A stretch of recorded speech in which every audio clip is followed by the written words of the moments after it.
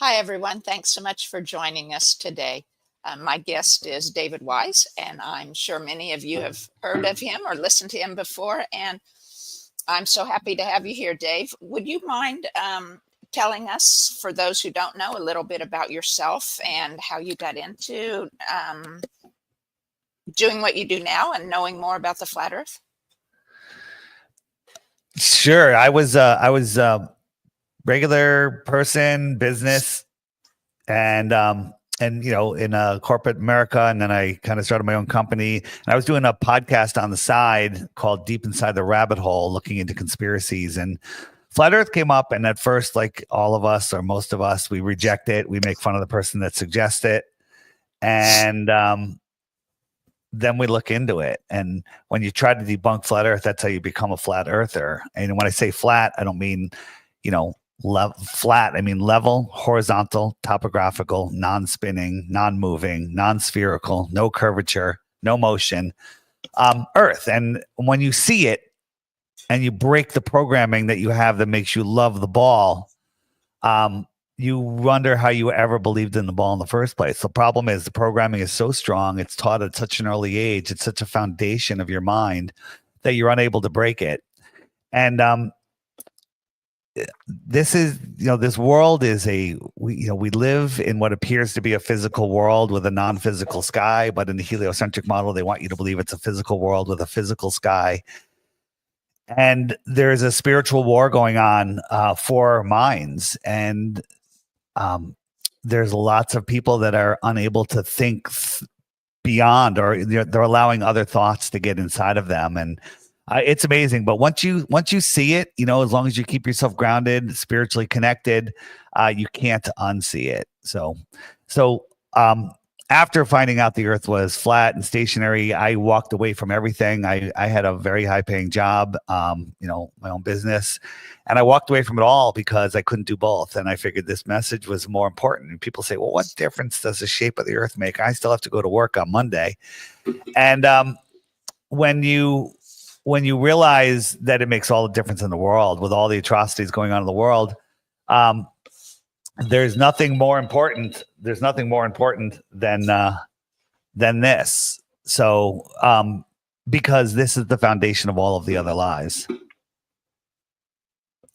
Right. Yeah. And why do you think that is? Well, if you don't know who you are, where you are, what you are, if you believe you live on a spinning ball, in a Big Bang universe, you lose your power, your true power. You're disconnected from that. Right. Well, and it starts so early. Like I turned 64 a couple weeks ago, and I remember very distinctly it was third grade class, right? And it was 1969 probably. And it was, everybody in the school got one of the manila envelopes full of glossy 8x10s of the moon landing and the moon pictures, right? It was, yeah. I mean, the moon landing is the most ridiculous thing ever. What's funny is I became a flat earther before I realized that the space was fake and the moon landing was fake. Normally it's the other way. Normally the way into flat Earth is realizing that NASA's faking everything, and and the moon landing is fake. But I had never looked into it, and when I actually took the time and looked into it, it only took 10 seconds. That was it. Here on my app, if I just go to the images section, I type in moon landing. Let's see what we come up with. We got this, right? So you have to believe that this is what they went to the moon. And look at this thing. Look at the quality of workmanship. Look right here. Look at this. If they sheetrocked your basement like that, would you pay them? Right? Would you put your kid in there and submerge that into a lake? Because it has to be airtight. Right? Look at it. It's like paper mache, tinfoil. They admit that's what it's made out of. Curtain rods. Look at these joints. Look at this. Ask any structural engineer. It's funny, when they had that submarine gate thing where the submarine was down at the Titanic, every engineer in the world is like, well, that happened because of this and that. But no, after 50 years, no one is willing to look at the moon landing, right? It's crazy. Look at this thing. This is like a 5th grade project. There's a car in there. They put a car in there. Ridiculous. It's so ridiculous. And how come, when men are on the moon in their soft, pliable suits, how come they don't explode? There's no pressure. But, look up vacuum chambers and stuff, and things explode in vacuum chambers, except in space, where everything just works. Yeah. Yeah, it's amazing. It's amazing. Oh. Yeah, go ahead. Well, I was just wondering too, you told how you got into it a little bit, but because the preponderance of evidence, basically, but was there something, what really caught your eye to, like, bam, oh, there is something to this? So I was very, very resistant to it, as most people are. And the one that got me was boats over the horizon, because I'm a water guy. I live on the water, and I've seen boats go over the horizon. At least I thought I did. And when we were all shown in school that 3-masted ship, and that's on a super rough day, and they zoom out, and zoom out. Or the boat goes. Edit where the boat's going farther away, and the boat goes lower and lower and lower. But they're also lowering the camera, right? So imagine you have a couch in the middle of your room, and somebody's standing on the far side of the couch, and you're standing up, and you can see their feet. And you bend down a little bit. Now you can only see their knees. You bend down a little bit. Now you can only see their waist. That's what's going on with the waves in the water. And it's perspective. Here's the thing. Globe occultists, I'll call them, or globe religion believers, hate perspective because it destroys their world. It completely destroys their world. I'll try to show you something here. Here's kind of a little illustration I made. So you got a 6-foot tall guy, you got a 3-foot wave, you got a cruise ship. Well, this guy can see over the wave, and this little area right here is the only water that he can't see because it's blocked by this wave. But if we move that wave out, now this area gets bigger. We move it out. Notice the line, it's getting more and more parallel, right?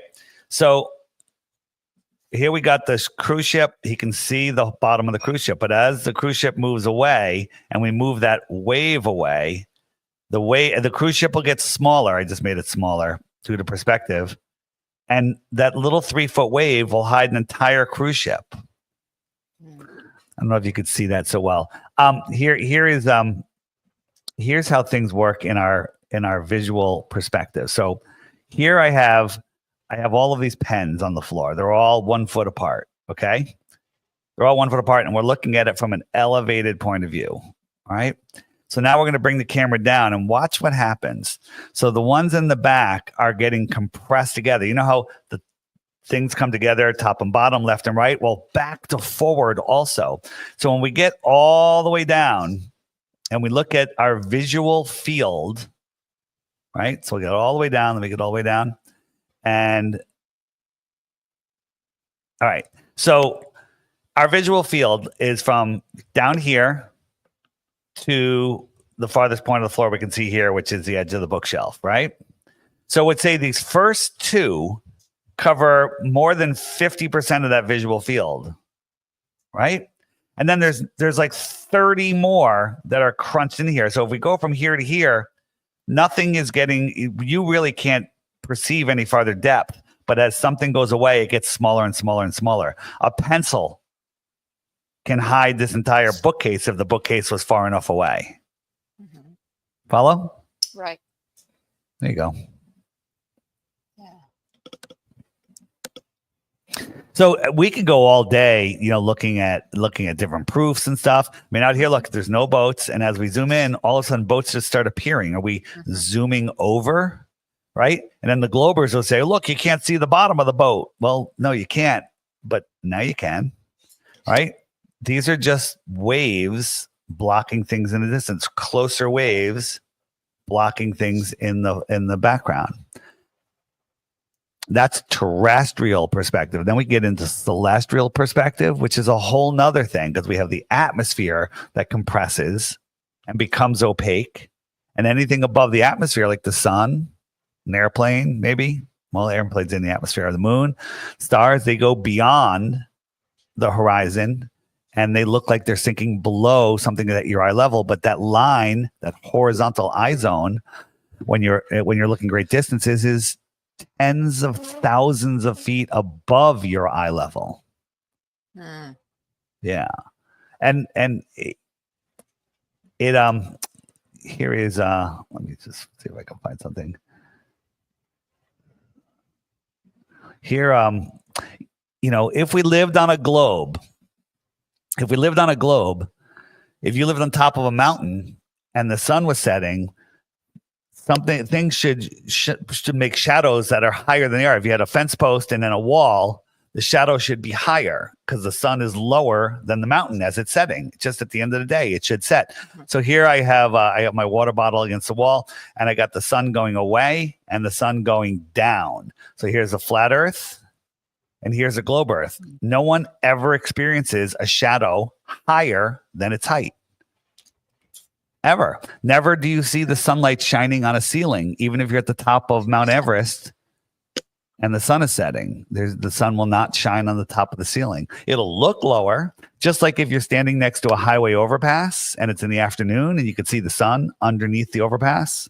You know that the sun is higher than the overpass, but perspective makes you see it below the overpass. Right. Yeah. Yeah. People, yeah, go ahead. What I really liked that made a difference, I guess, for me was seeing the cities that you shouldn't be able to see with the curvature. Yeah, that also. Here easily. Yeah, here I have an actual sunset. Now this line here is not the Earth curve, the physical Earth. This is the atmospheric deck of opacity, and we're lower than it. That's where the sun is going beyond. Just like this coin is on this table, is just going beyond this white horizon. And in great distances, you can't tell if something's at your eye level or not. When you see a plane 30 miles away, 40 miles away, whatever, it looks like it's at your eye level, but you know it's 30, 40,000 feet in the air. Right. And then everything just gets compressed into that. And that's how we see. It's not a theory. It's not a conspiracy theory. It's actual fact. But the problem is you can just believe we live on a ball, or you can actually think about this stuff and use your God-given common sense. You're not stupid. It's stupid. Okay. And the problem is people are lazy. People are lazy. Everyone's lazy. They don't want to do the mental work. They'd rather take a nap or drink a beer. Well, and for me anyway, it was so different. I wasn't even taught that science in school, right? About the perspective or anything. It's totally left out. I don't remember a thing of it. And I took this as much math and science as I could in high school. Yeah, they don't teach perspective like that. I mean, they don't teach any of this. They don't teach you what you're seeing. We're here now. We're at a mountain here, and at this mountain height, using their globe math, these mountains in the distance, which are hard to see in this picture, but they're all here. They're over 700 miles away. Earth curvature would require over, my chair's in the way, 50 miles of curvature. 50 miles. Those mountains should be 50 miles below the Earth curve. 50 miles. Wow. But we see them. And then the globers say, oh, that's just refraction. You know, the globers have a magic slide bar on their website. They have the curve calculator. It says, okay, observer height, 6 feet, thing that we're observing, 10 miles, let's say. And it'll say that there's 66 feet of curvature, right? It says, well, I'm looking at a 10-foot tall buoy that's on the water. That's 10 miles away, right? A 10-foot high, 10 miles away. How come I can see it? They go, well, because it's refracting up. And so you take the refraction slider. You say, how much refraction? You take the refraction slider and you slide it. And it goes, 2.0, whatever refraction is when it shows up as visible. And they go, that's how much refraction there is. It's amazing. So we took their curve calculator. We went to 10,000 feet. We said, object we're looking for is 25,901 miles away. and how much refraction would it need? Now, 25,901 is that full circumference of the equator. So the object I'd be looking for is the back of my head, and it told me what the refraction would be needed to see the back of my head. So again, these are just, calculators. I can calculate that you have $900 million in your checking account with 0 interest. Okay. But it doesn't mean it's true. Mm-hmm. I can make an equation for it if you like. Yeah, that'd be good. We have a guest in the chat. She would like to know if you feel we have reached a tipping point of acceptance of FE. Like, there's going to be more and more of it now that we're on a downhill. Yeah, we certainly are. There's so many people coming on, but this is the most important secret to the elite, because people say, well, why even care? What so what? What difference does it make? The difference that it makes is it connects you to creation. It puts you at the center of creation. It makes you understand that you are significant, you are important, you are powerful, and that's the last thing the elite want. They don't want you knowing who you are, where you are, the power of your mind. They want you thinking you live on a ball. There's nothing. There's nothing. We're overpopulated. We're running out of fuel. We're dinosaurs, asteroids are going to take us out. Nuclear bombs. All of this is fear, and that's how they control you. False evidence appearing real. So the answer is yes. The people are waking up super fast to this, but the elite are trying everything they can to take it down. For example, this is my app. It's the Flat Earth, Sun, Moon, and Zodiac Clock app. You can get it at flatearthdave.com. And they don't like it because, check this out. This is, I'll just do a world map. Where are you located? What state? I'm in Kansas. In Kansas. Mm-hmm. So let's look around the Kansas area. These are the people that have my app. Kansas is over here, right? It's in the center. There it is. So these are people in Kansas that have my app. These are flat earthers near you. Awesome. Right? Awesome. And the app makes it so you can actually message them. You can send out a radius, say everyone within 50 miles. Let me send them a message. Hey, I'm going to be at, Flat Earth Pizza or, Joe's Bar and Grill Saturday, 4:00. Let's have a meetup. And then people show up, and now you have like-minded best friends. Yeah, we had a Flat Earth meetup, about a month ago. I think there was 4 or 5 of us present online. It was through Zoom. Are you on the app? No, I'm old schooler. Okay. If somebody in your meetup has the app, basically you hit the meetup, the friend finder, and then right here you can click this button, and within my radius I have 30 people. I could send a message. Hey, meet at XYZ place Saturday at 4:00, and then if one person shows up, it's a success. If 80 people show up, it's a whole nother thing.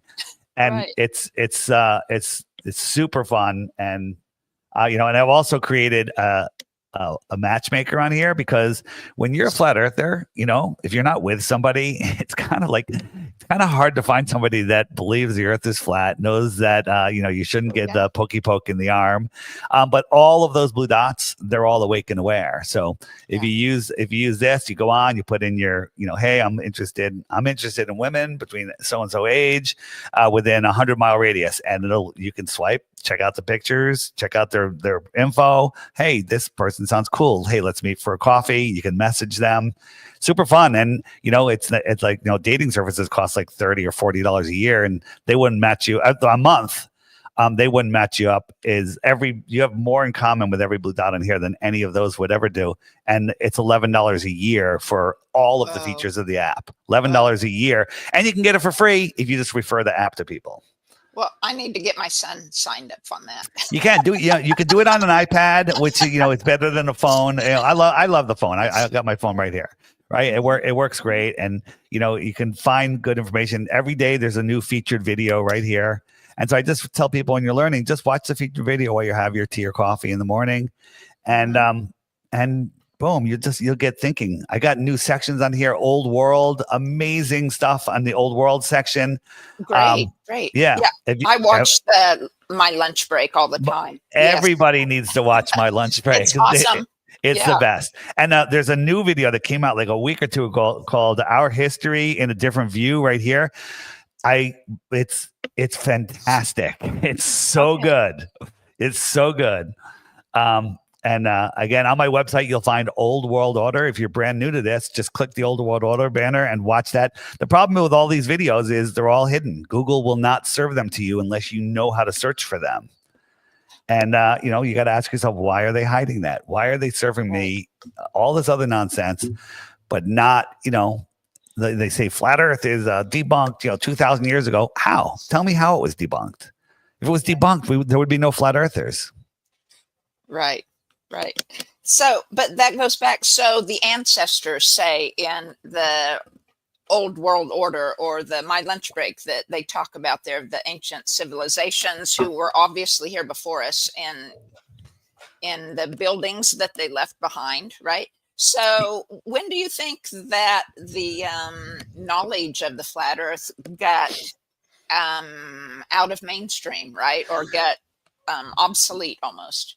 Yeah, I did an interview with about the old world with a 102-year-old woman named Ruth in 2020, and she was so with it. And I said to her, I said, "What did they teach you about the Earth in school?" And she said, "They taught me the Earth was flat in public school in Connecticut in the late 1920s," and that was mind blowing. And when I told her, she was, but then they changed it, and I just believed them because the guy had a lab coat on when he told me, and when I told her the truth and that we're at the center of creation, and and about the Bible, because she was a Bible follower, and again, this isn't a religious thing; it's just the Bible is accurate flat Earth book, but you don't need that because we have science that shows us the Earth is a level, non-rotating, stationary topographical plane. And she started crying. It was amazing, and it went viral. And everyone's like, "Oh my God, we need to talk to people over 100." And everyone was getting ready to go to nursing homes that they had access to and try to do some interviews. And literally a week later, COVID hit, and they locked down all nursing homes. Now, I don't know. Is that because of my video? I don't know. Prove me wrong. Wow. Well, yeah. I've heard several things. It was like. That was the first time I'd heard it, from you. But other people have said, this just started happening, or I just did this, and it was kind of mind blowing. And then COVID hit, and it was like, it was all planned way ahead of time, obviously, but they knew it was all coming, right? I have a question for you because you mentioned that you're, what you focus on. When do people have spirits that enter them and take over their minds? That's a real question, I guess. Oh, there's energy forms. Some are have their own personality, or you could say they're an entity, right? If they're their own. Other times they're just energy that stays together, but not really it still has a sentiency, but not really what I would call their personality or their entity, right? It's just a gathering of but yes, it can take over your body. It can attach in your body. It can attach in your biofield. What I think happens is that if we're in so often, right, in a chronic low grade state of fight or flight. And so when our hemispheres of our mind aren't communicating very well because the tissue between them is all scrambled, then we can't listen to our spirit. And so if you're in that constantly, which most of us in this world are, unless you know and are consciously making the choice to try not to be in that state of mind, then I think it's easy for those entities or energies to take over. Yeah, to rule you more than you're ruling yourself, perhaps. Interesting. And do you how do you protect yourself from that? Do you invite them in, or do you how does an evil spirit, if you will, get access to your body? Do you have to somehow invite them in? No, not well. I guess you could say perhaps subconsciously. I mean, I don't claim to know how everything works, right? But I think if we're in a constant low voltage, if our mindset is constantly of lack or hierarchy, the other side of lack, the control and coercion, or if you're constantly in sadness, that would again be a low voltage or something. Then when we go other places where other people are that way, then those energies can transfer. Makes sense. So we attract them by our own vibration, but I don't think that's always it. I think a lot of them, especially those that are entities, have free choice, and they are perhaps used at times by ancestors in the dark realms. I don't know, dark realms. I call the waiting place, nature around us. When you die, how I see it is that, you lose your body, of course, but your spirit stays in nature around us. If at the time of death you weren't ready and had the mindset you needed to go to the next realm, and that I have found there's 5 things you need to be able to go to the next realm at the point of, once you're in the waiting place. At the point of death, you only need 2 of those things. But once you've died, then you need more help. And so I call that the waiting place. It's definitely a spiritual war that we're in. And the way they win these spiritual wars, or try to win them, is that people don't believe in spiritual wars. They don't even understand that they exist. And, because they, schooling, scientism, whatever, they push everything into a physical reality. If it's not physical, if you can't hit it with a hammer, then it doesn't exist. And that's the world that they want us living in, because that is the lowest vibration there is, physicality. That's how I see it. Right. Well, yeah, it is. So, but that, I was wondering, have you found in all your research then for the flat earth and things, have you found evidence physically, I guess it would be, but it could be spiritual evidence of those spirits, those ancestors in the waiting place around us in this realm or in the next?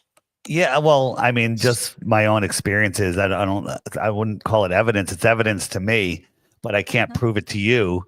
When we look at the old world, I thought you were going to ask me, when was it built? Who built it? And the answer is, I don't know. The best I can guess is in the 1700s. It was already here, and it ended in the 1700s with some sort of catastrophe. Reset, man-made, God-made, nature-made, I don't know. And then, after, 1800s, we reoccupied the world. These cities that were already here. The cities were already here. Look at the buildings in your own city. You can't unsee it, right? I mean, when horse and buggies were here, they were building giant buildings with incredible architecture and carvings that we could barely build today, if we could build them at all. And you have to ask yourself why. There was no people. They didn't have the tools, right? I have a video. You can find it on my app if you search Yankee Stadium, on how they built Yankee Stadium. The story is absolutely ridiculous. They built it in like a year and a half or something, or in under 2 years. And they asked ChatGPT, assuming that all of the materials were within 10 miles of Yankee Stadium, 10 miles, right? All of them just happened to be there and available within 10 miles. And we're using horse and buggies. How many horse and buggies would it take? How long would it take? How long would construction take? How long would everything? And it took, like, they said it would take like 30. The numbers were just ridiculous. It would take like 15 years, right? If everything went perfectly, right? And all I can say is, if you don't look, you won't know. You can laugh at us all you want, but once you look, then you'll know. You'll know that you don't know, right? You'll know that you don't know how it is, but you'll also know that the story you were told is complete and total nonsense.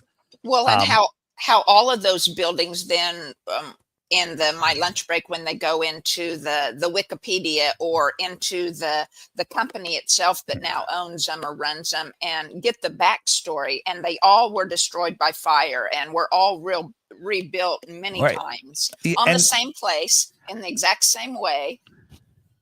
Yeah, I just watched a video today by this is I'm the Improbable Dreamer. Let me see if I can pull this up. His videos are incredible. Let's open that. And he did one on the old world. I mean, I'll just show you the pictures. Is this the picture? No, it's not it. Where is it? It just showing these old buildings and this underworld, and none of it makes any sense. You know, like that we've gone from incredible architecture to these ugly boxes. Mm-hmm. And again, this is just the tunnel one. Oh, maybe it's this. Is this the video? Flying machine. What did I see? I could have sworn I just saw it today. It's truly amazing. Again, on there, look up. Here it is. I'm the Improbable Dreamer. So this is what it was, and this is what it is now, right? When you look at what we've done to the world, it's like people think we're at the pinnacle of intelligence and civilization. We're literally near the end of the movie, The Idiocracy. Well, in the same way with, say, transportation, right? I mean, we're digging or hauling oil, right, out of the ground, or, you know, for our transportation needs or whatever. But yet back at that point, they would have been using airships and trains without, I meant probably just by harnessing sunlight or harnessing chi energy in the air, right? It would have been without the usable fuel like what we have now.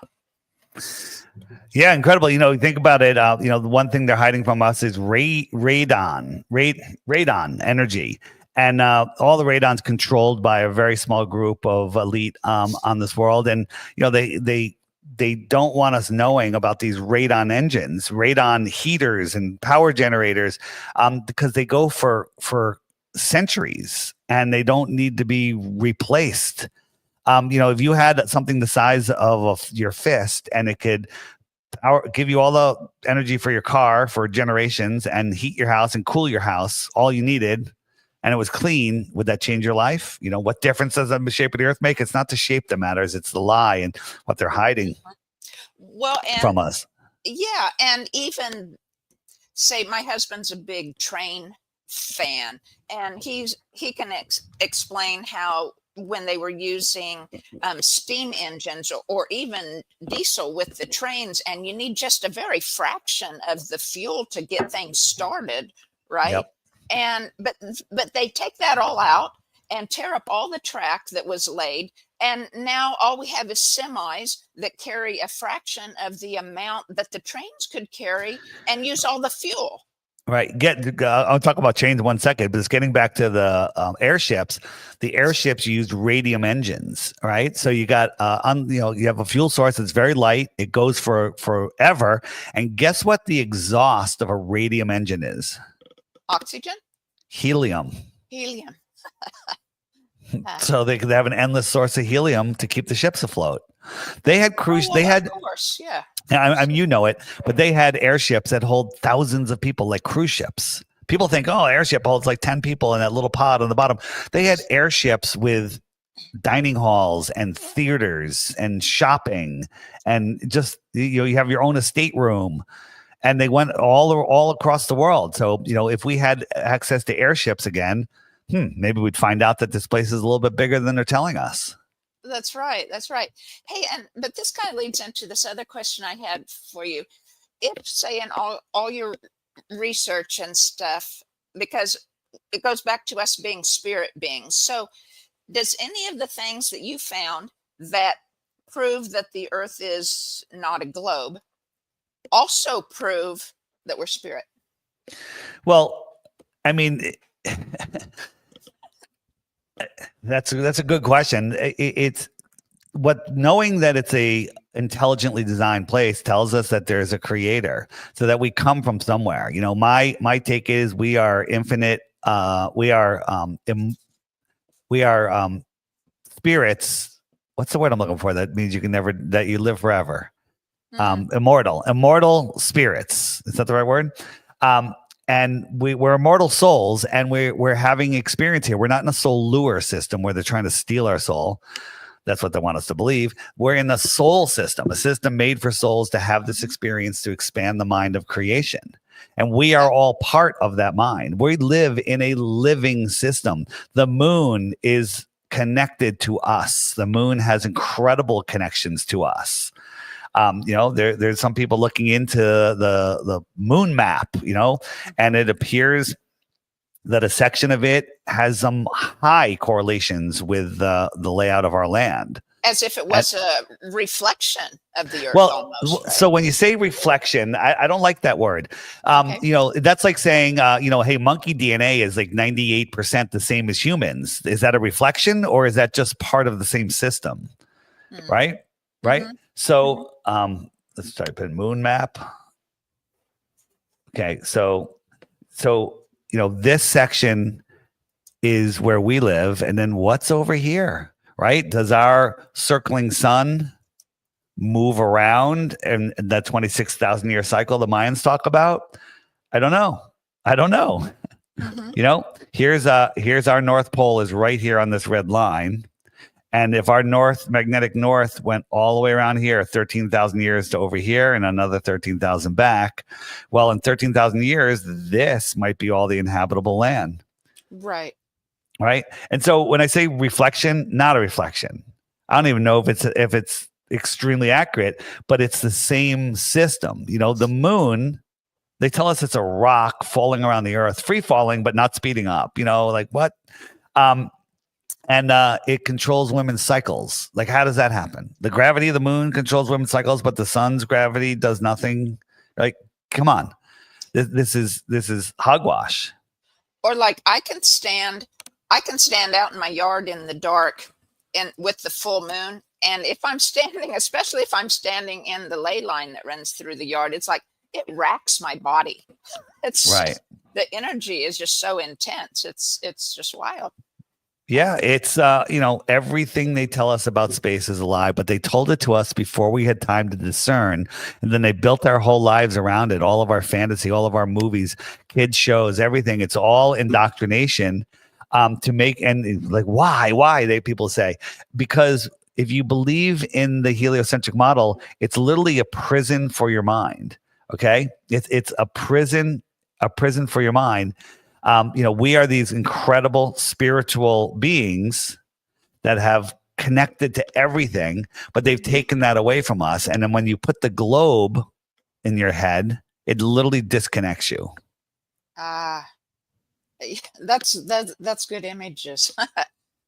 very, very, very. So you're trapped in this prison, right? And you want to upset a baby. You know what you do to upset a baby? You take their ball away.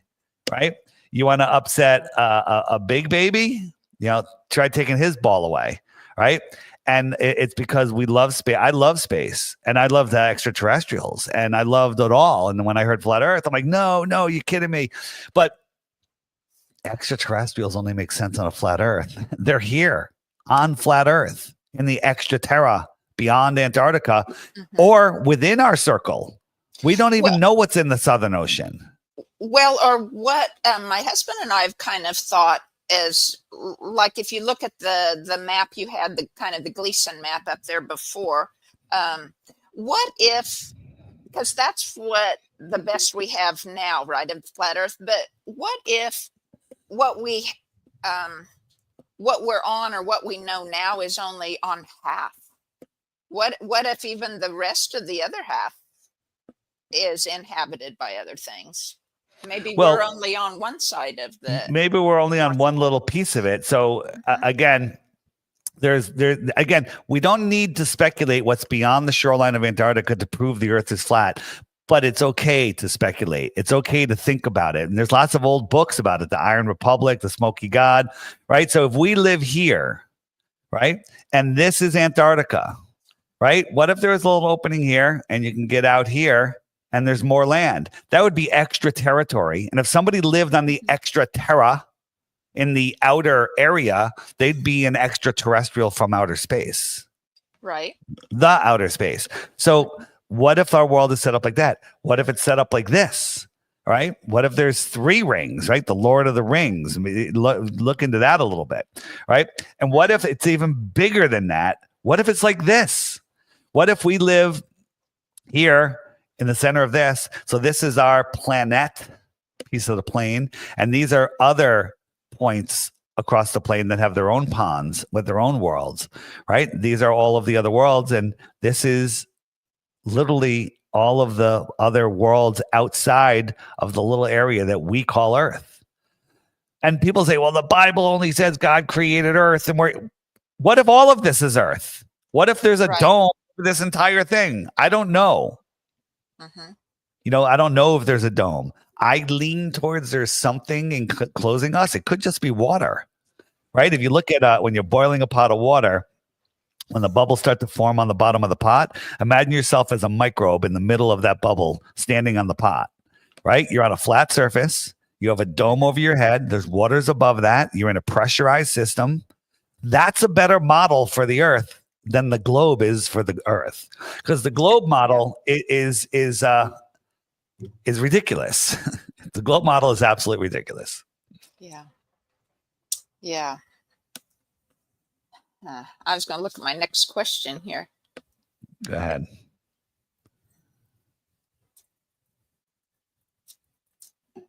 So, do you think then the stars are in this realm with us, or are they beyond, or the sun and moon the same way? Are they in our enclosure with us, or are they beyond? So that's a great question. And again, anything above us is we can only speculate about it. The only thing you could say about any of the luminaries, sun, star, moons, comets, anything, the only thing you could accurately say is that they're lights. That's it. You can't say how big they are. You can't say how far they are because you don't know, right? You only can say that they're lights. And but when we zoom in on stars with today's consumer optics, we see stuff like this, right? That look like a law of physics defying gas ball in a space vacuum. Gas doesn't exist in a space. It violently fills the available space, but in space, it turns into stars that burn forever, right? It's absolute.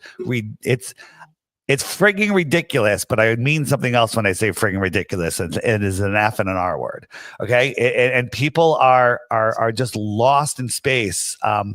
When you talk about that. So in, early in 2015, 16, somewhere around there, some flat earthers set a balloon up. Instead of having the cameras looking down at the Earth, they had them looking up, and they launched at midnight in Arizona, I think.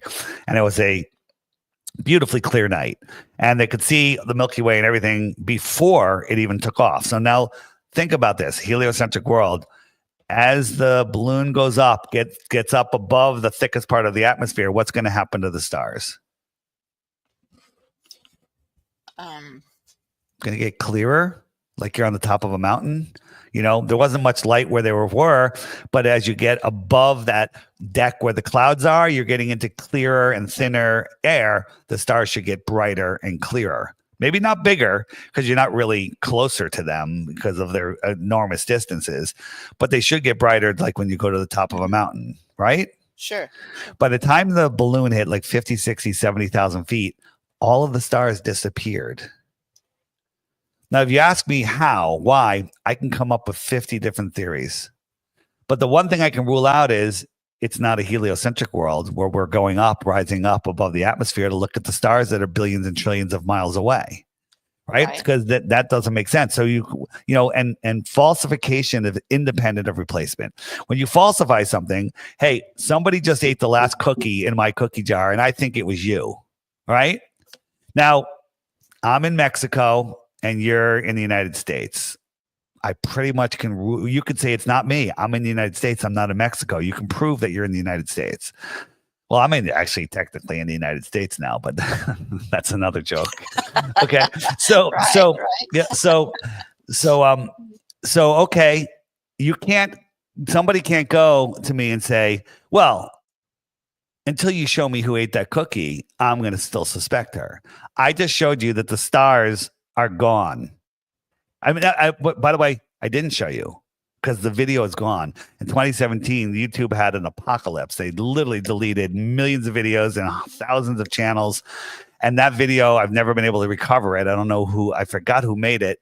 And so I'm hoping somebody will do it again soon. And I know there's a couple other videos. I just haven't had time to find them, but try it.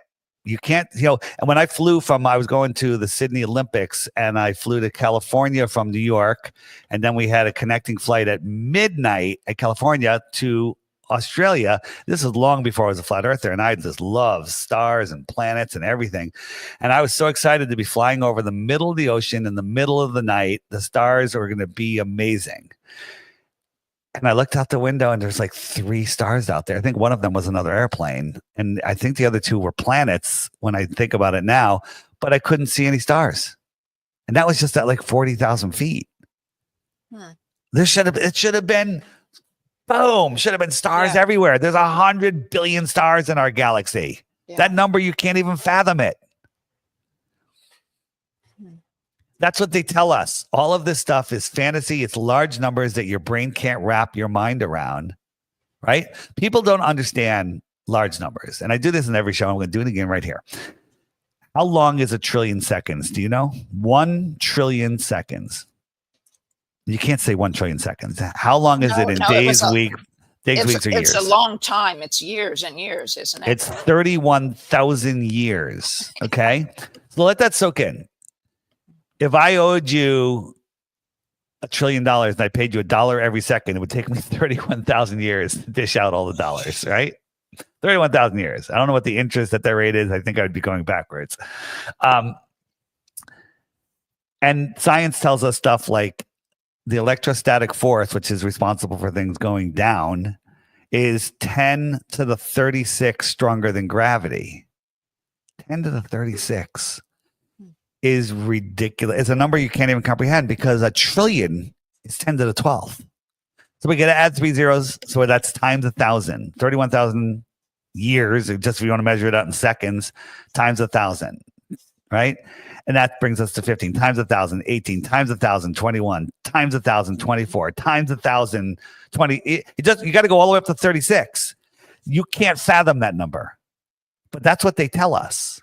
Yeah. And we can prove electrostatics make things go up and down. So how the hell does gravity even come into play when it's just a theory and it's not even in the same universe as the strength of the electrostatic field? Here's the thing. As Crow 777 Radio says, 2 hours in Crow. Anybody wants to find the best podcast ever to learn about this world, crow777radio.com. He says, belief is the enemy of knowing, because where am I right now? Where am I? I'm asking you. Well, on Zoom with me. No, but where am I physically? Oh, well, Mexico. Is that what you Mexico. said? So do you believe it? Well, sure, you said it. Okay, and so our minds say they hear something. I used to be the president of the United States too. So our minds hear things and they store it as true or false. So you store it. Okay, he told me he's in Mexico. He's wearing a schmata to keep the sun off his head. He's wearing a T-shirt. Why would he lie?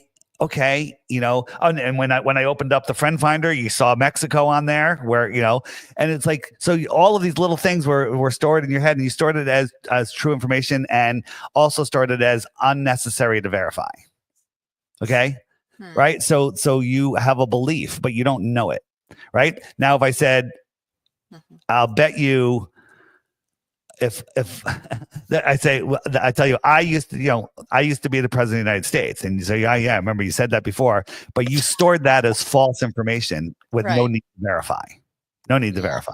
Okay. So that's how we go through life. So if you want to memorize, if you want to just believe, it takes no effort. You're done. You're done as soon as you hear it. You're done as soon as you read it. Right. I got an A on my test. Therefore, all of that stuff is real.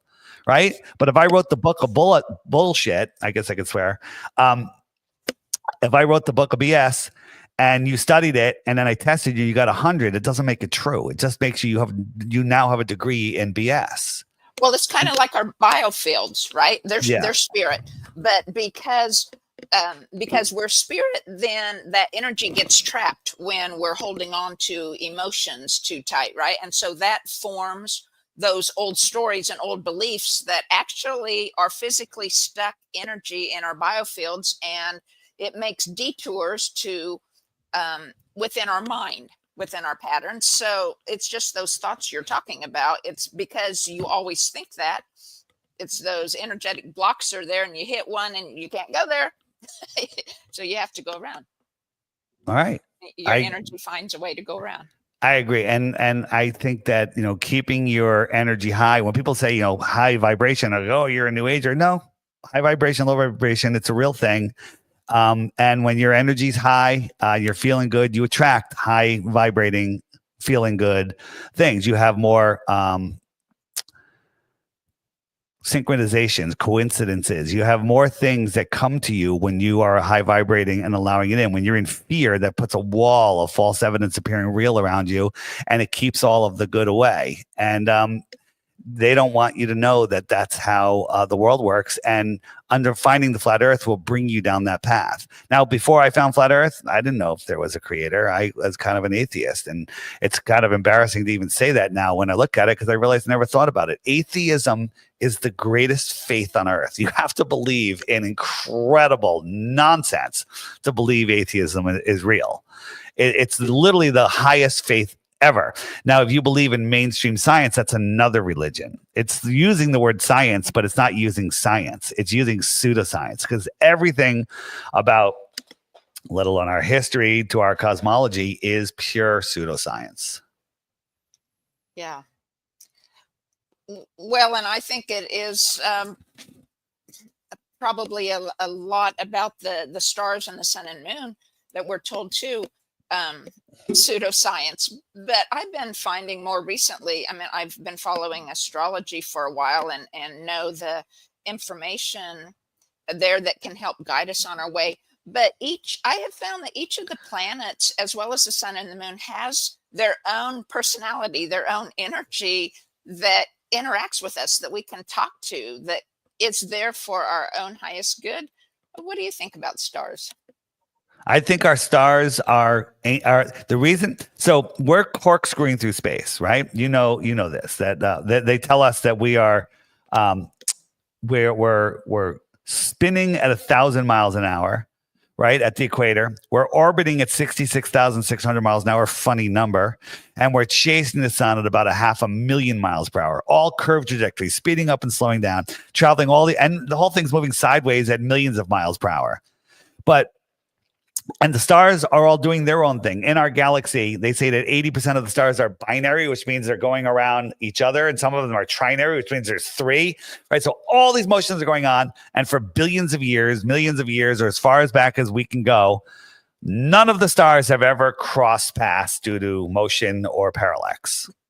None, not once. Yeah. No stars have ever crossed paths. Why aren't they moving? Because they're angels, in my opinion, and they're perfect and they don't need to move. I think that's where our souls live. When Neil deGrasse Tyson, the high priest of scientism, says we're made from stardust, I don't think he's lying, right? We come from the stars to have this soul experience here in this realm that is made for souls to experience, a soul system.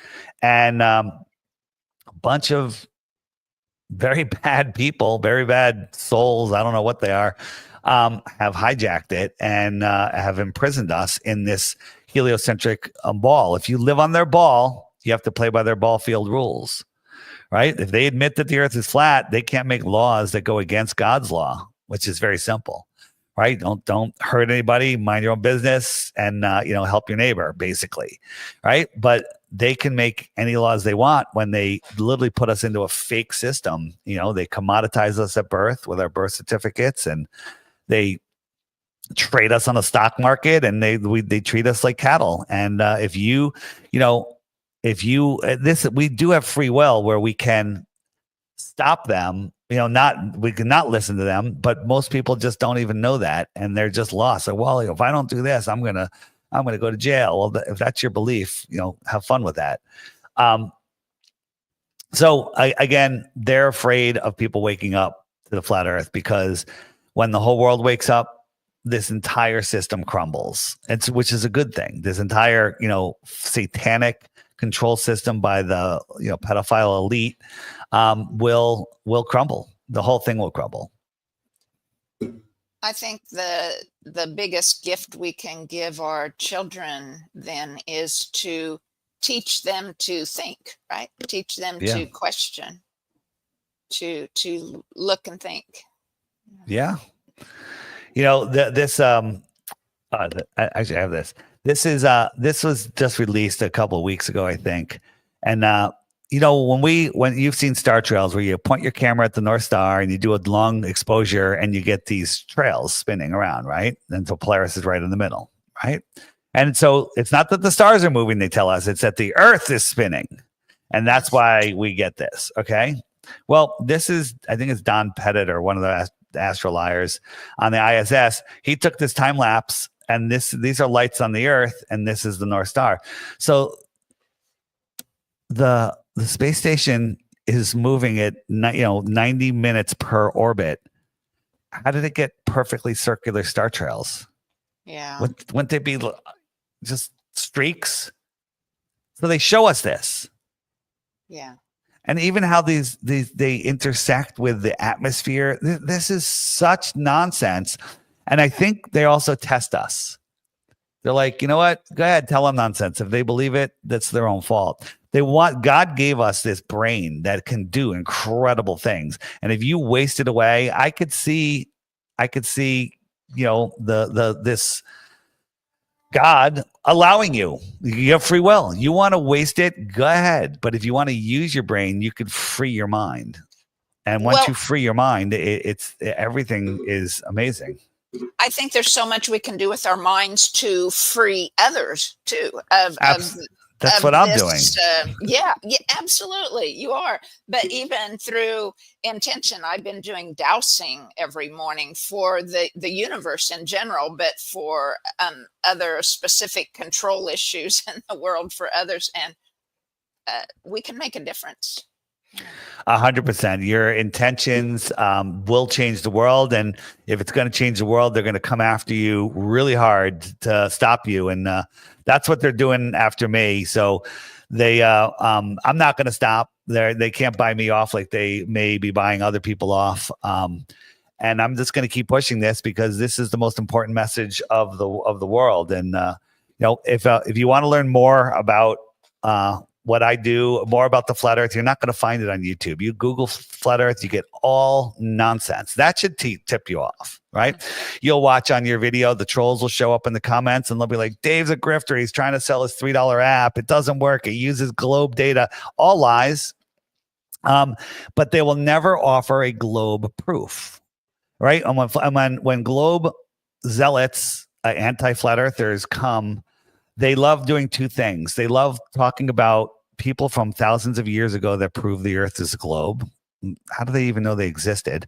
And they love looking at the lights in the sky, which I said earlier, the only thing you could say about the lights in the sky is they're lights in the sky. We don't know what's going on in the sky. We don't know. I don't think we're able to understand it, right? But when we measure the physical floor that we're on, there is no curvature. If something doesn't curve, then it's what? It's flat. And if something doesn't move, then it's what?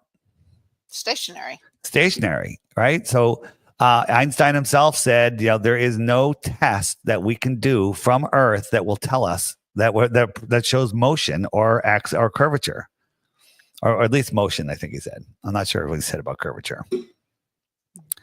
We can optically, you can claim curvature because we see in a circle. Like, look at that curved line. That's just the vision. You can see the same distance in all directions. There's your circle. Right. For sure. Yeah. So absolutely. Well, Dave, I know you just had an hour this morning, and I so much appreciate you coming to be with us today. And FlatEarthDave.com. If you're new to this, if you think I'm crazy, I offer 3 Bitcoins for 1 globe proof, but you either have to get the app, which is $3, and watch the daily video every day for 2 weeks, or you can just go to my website, scroll down about halfway, you'll see a picture of me, and it says Crash Course. You have to watch the first 5 videos, 1, 2, 3, 4, 5, right?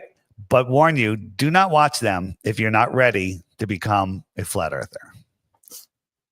Awesome. All right. Perfect way to end. Again, Dave, thank you so much. I appreciate you being on. All right. Thanks so much. See ya. Bye-bye. Thank you, everyone else, too, for watching.